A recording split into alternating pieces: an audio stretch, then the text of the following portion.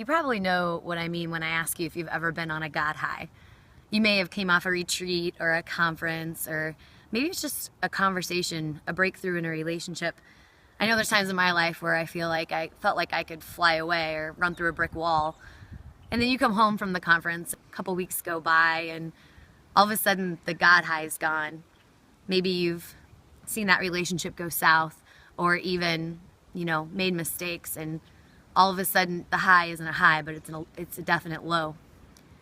The question is, what do you do? Emotions and passions are tough. Not only are they good and sometimes bad, but they're always fleeting. The thing about emotions is that they're neutral. They happen to us. It's what we do with them that counts. So the question then becomes, is our relationship with God about a feeling? Is it based on an emotion? God isn't a feeling or an emotion. God is a person.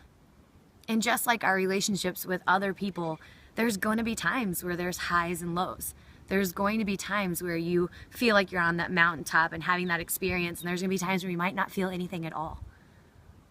But just like our relationships with human beings, if the emotion is not there, or if the emotion is gone, does that mean that you've fallen out of love with that person, or fallen out of love with God?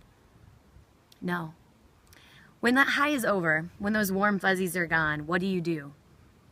I know sometimes in life there's calls to sacrifice. There's calls to suffering.